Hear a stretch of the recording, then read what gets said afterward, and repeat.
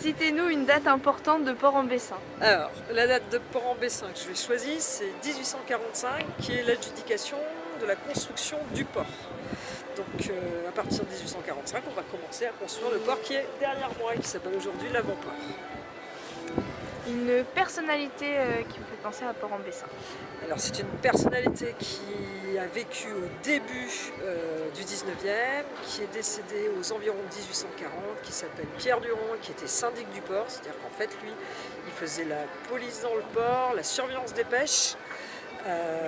Et puis c'était un homme intéressant parce qu'il savait sévir et en même temps il savait être souple lorsqu'il y avait des crises frumentaires entre autres. Eh bien il laissait un peu les gens tricher et pêcher un peu plus de poissons ou prendre un peu plus de moules que de raisons. Un lieu emblématique de Port-en-Bessin. Ben, le port, tout simplement. Et donc l'avant-port aujourd'hui, le premier bassin, et puis le deuxième bassin qui a été construit à partir de 1881. Sans le port, il n'y aurait pas Port-en-Bessin. Et enfin, citez-nous une anecdote de Port-en-Bessin.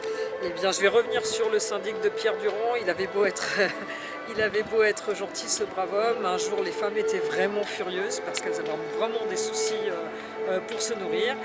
Donc le pauvre garçon, il a dû courir très très vite pour se mettre à l'abri parce qu'elles lui avaient promis qu'elles allaient le tuer. Donc il faut imaginer qu'il a couru tout le long de la plage pour aller se cacher derrière plein de dames courant en furie contre lui. Voilà.